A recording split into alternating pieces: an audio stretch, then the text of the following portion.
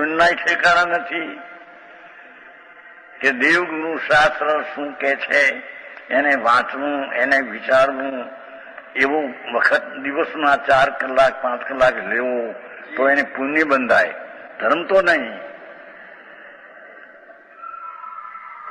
સમજાણું કાંઈ?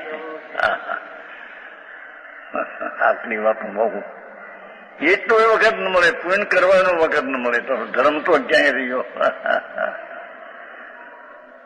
આ કે છે ધર્મ તો એને ગુરુ કહે શુદ્ધ સ્વરૂપનો સ્વરૂપમાં દ્રષ્ટિ કરે. ટીકાળી ભગવાન પરમાત્મા સ્વરૂપે અંદર છે. જે કોઈ પરમાત્મા દશામાં થાય છે એ અંદરમાં શક્તિ છે, સ્વભાવ છે, એમાંથી થાય છે. એથી હું પરમાત્મા સ્વરૂપ તારું એમ ગુરુના ધર્માત્માના વચનો છે.